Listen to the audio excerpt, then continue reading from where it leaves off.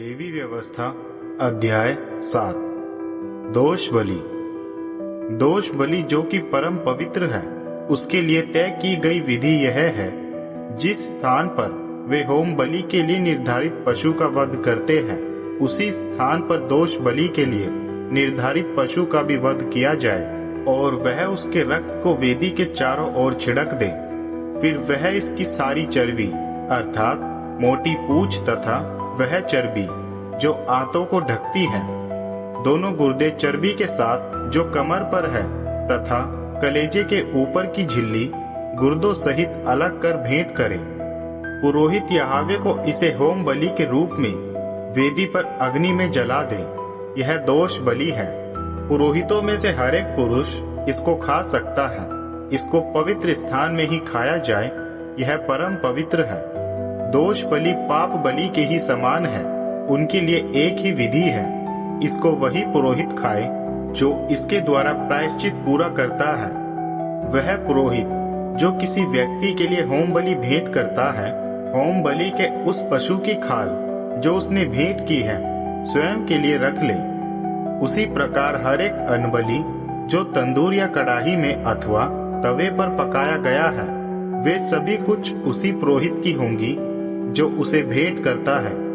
हर एक अन्न-बलि चाहे तेल मिली हो या तेल रहित, अहरोन के सभी पुत्रों को समान मात्रा में मिलेगी।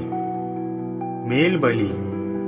उन मेल बलियों के लिए जो यहोवा के सामने चढ़ाई जाए, उनके लिए विधि यह है, यदि वह इसे आभार के रूप में भेंट करता है, तो वह आभार बलि के साथ तेल से सनी हुई खमीर रहित रोटी, तेल से चुपड़ी पपड़ी तथा तेल से सनी हुई मैदे की रोटी भेंट करे। आभार के रूप में भेंट की गई अपनी मेल बलियों के बलि पशु के साथ वह खमीर युक्त रोटी भी भेंट करे। वह ऐसी हर एक बलि में से एक एक रोटी यहोवा को अंशदान के रूप में भेंट करे। यह उसी पुरोहित की होगी जो मेल बलि के पशु के रक्त को छिड़कता है। आभार के रूप में भेंट की गई मेल बलियों की बलि के मांस को उसकी बलि के दिन ही खा लिया जाए। वह प्रातः तक इसमें से कुछ भी बचाकर ना रखे। किंतु यदि उसकी बलि एक मन्नत अथवा स्वेच्छा बलि है, तो उसको उस दिन खाया जाए जिस दिन उसने इसे अर्पित किया हो, तथा शेष अंश को अगले दिन खाया जा सकता है। किंतु यदि उस बलि के मांस में से तीसरे दिन कुछ बचा रह गया है, तो अग्नि में उसे जला दिया जाए। इसलिए यदि वह मेल बलि के पशु के मांस को तीसरे दिन खा लेता है जिसने उसे भेंट किया है, ना तो बलि स्वीकार होगी और ना ही उसके लिए लाभदायक। यह एक आपत्तिजनक कार्य है, और जो कोई व्यक्ति इसको खाता है, वह स्वयं अपना दोष उठाएगा।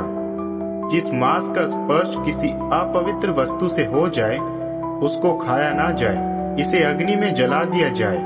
हर एक जो शुद्ध है इसको खा सकता है। किंतु अपनी अशुद्धता में कोई व्यक्ति मेल बलियों की बलि के उस मांस को खा लेता है जो यहोवा का है, तो उसे लोगों के मध्य से हटा दिया जाए। यदि कोई व्यक्ति किसी अशुद्ध वस्तु का स्पर्श कर लेता है, चाहे वह मानव मलिनता हो अथवा कोई अशुद्ध पशु अथवा कोई अशुद्ध घृणित वस्तु हो, और वह मेल बलियों की बलि के उस मांस को खा लेता है जो यहोवा को अर्पित है, तो उसे उसके लोगों के मध्य से हटा दिया जाए। चर्बी खाना मना है। यहोवा ने मोशे को यह आदेश दिया, इज़राइल की प्रजा को यह आदेश दो, तुम किसी बैल, भेड़ अथवा बकरी की चर्बी को ना खाना। उस पशु की चर्बी को भी जिसकी स्वाभाविक मृत्यु हो चुकी है, या जो वन पशुओं द्वारा मार डाला गया है, तुम उसे किसी अन्य उपयोग के लिए तो रख सकते हो, किंतु निश्चित है उसको खाना मना है। जो व्यक्ति उस पशु की चर्बी को खाता है जिसे यहोवा को अग्नि बलि के रूप में भेंट किया गया है, उसे उसके लोगों के मध्य से हटा दिया जाए। तुम अपने घर में किसी पशु अथवा पक्षी के रक्त को ना खाना। जो भी व्यक्ति किसी भी रक्त को खाता है, उसे भी उसके लोगों के मध्य से हटा दिया जाए। पुरोहित का हिस्सा। यहोवा ने मोशे को यह आदेश दिया, इज़राइल की प्रजा को यह आदेश दो, वह व्यक्ति जो यहोवा को अपनी मेल बलियां भेंट करता है, यहोवा को उसी मेल बलि में से एक हिस्सा अपनी भेंट के रूप में चढ़ाए और वह स्वयं अपने हाथों में यहावे को होम बलि के लिए चर्बी एक छाती लेकर आए कि छाती यहावे के सामने लहराने की बलि के रूप में भेंट की जाए। पुरोहित चर्बी को तो वेदी पर अग्नि में जला दे, किंतु छाती अहरोन और उनके पुत्रों की है।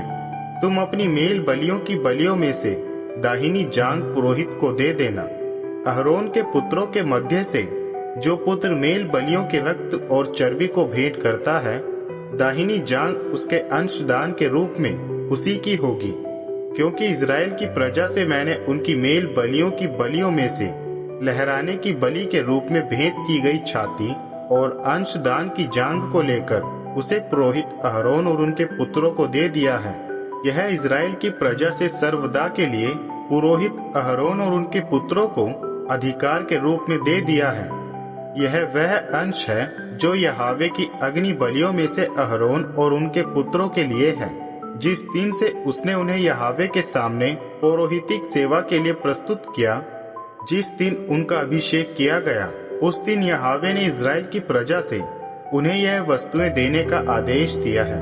पीढ़ियों से पीढ़ियों तक सर्वदा के लिए यह उनका अधिकार है। उपरोक्त विधि होम बलि, अन्न बलि, पाप बलि, दोष बलि, संस्कार बलि तथा मेल बलियों के भेंट के लिए है। इसके विषय में आदेश यहावे ने मोशे को सिनाई पर्वत पर उस दिन दिए थे, जिस दिन यहावे ने इज़राइल की प्रजा को सिनाई की मरुभूमि में यहावे के लिए अपनी बलियां प्रस्तुत करने का आदेश दिया था।